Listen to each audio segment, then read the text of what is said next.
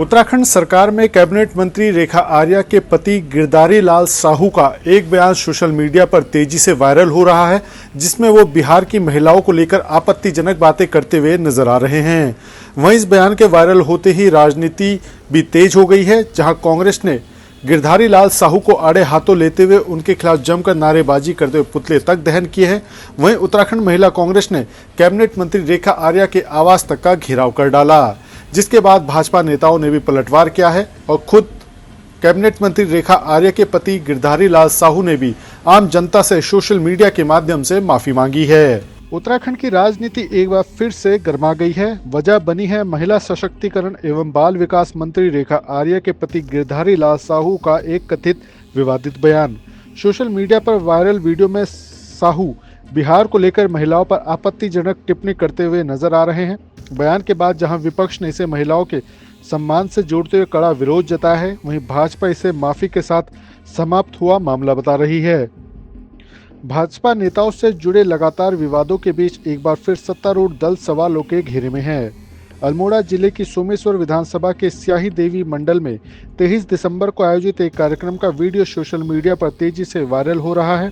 इस वीडियो में महिला एवं बाल विकास मंत्री रेखा आर्या के पति गिरधारी लाल साहू यह कहते सुने जा सकते हैं कि अगर शादी नहीं हो रही है तो 20-25 हजार रुपए में बिहार से लड़की खरीद लो।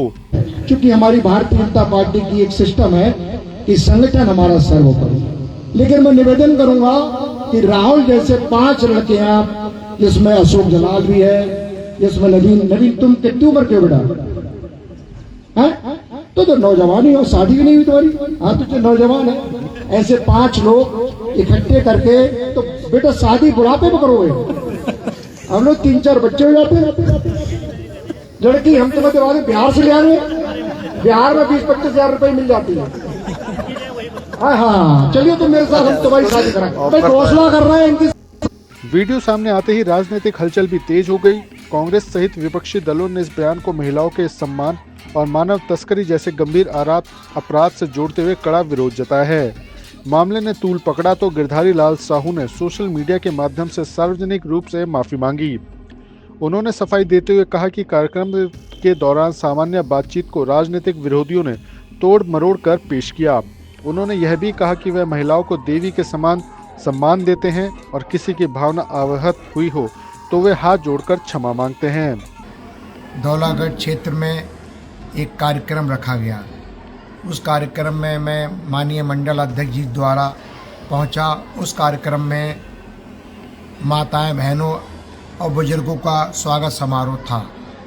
उसी दौरान मैं अपने संबोधन में मैंने एक अपने मित्र की शादी की विषय में चर्चा भी मैंने की। उसी चर्चा को विरोधी और वह कांग्रेस पार्टी के लोगों ने मेरे संबोधन को तोड़ मरोड़ कर मीडिया में प्रस्तुत किया है, जो गलत है, निराधार है। जहाँ तक बेटियों के बारे में है, मैं प्रतिवर्ष बरेली में श्री रामलीला में 101 बेटियों की शादी करता हूँ बहुत लंबे समय से, और जो भी मेरी श्रद्धा होती है उसका मैं सहयोग करता हूँ। सोमेश्वर विधानसभा जो मेरी पत्नी वहाँ से चुनाव जीतती हैं, लड़ती हैं, वहाँ मेरी बहनों का, बेटियों का मैं देवी के समान उनका स्वागत करता हूँ। हमेशा राखी बंधवाने का भी मैंने काम किया है।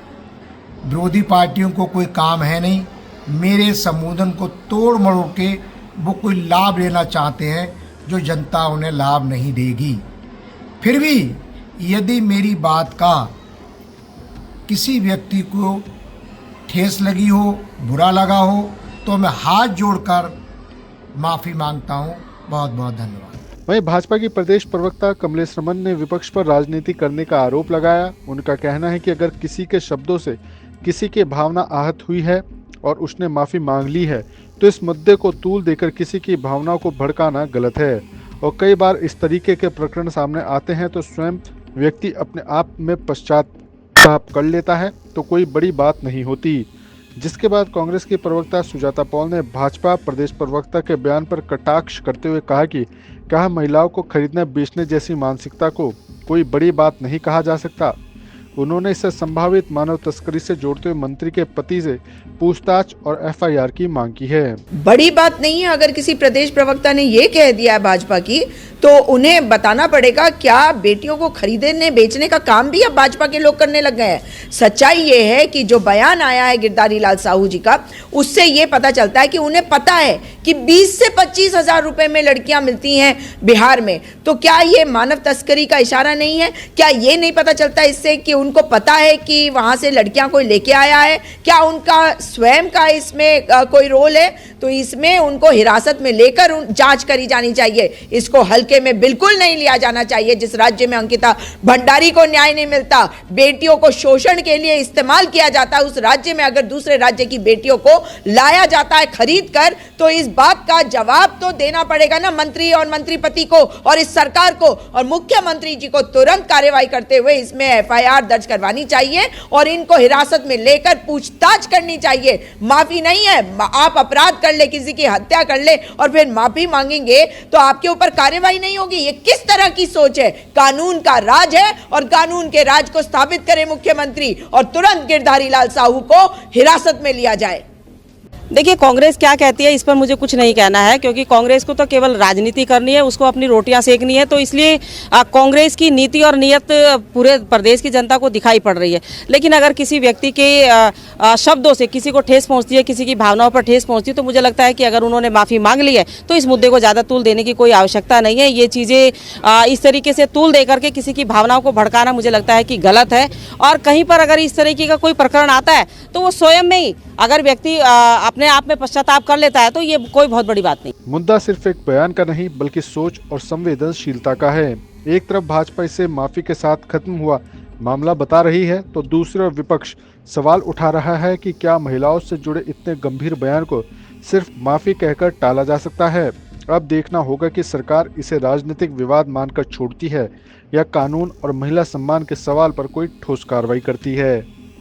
उत्तराखंड महिला कांग्रेस की नेताओं का आरोप है कि जब कैबिनेट मंत्री रेखा आर्या के पति गिरधारी लाल साहू इस तरह की बयानबाजी या टिप्पणियां कर सकते हैं, तो फिर आम नेताओं या आम भाजपा कार्यकर्ताओं का क्या हाल होगा।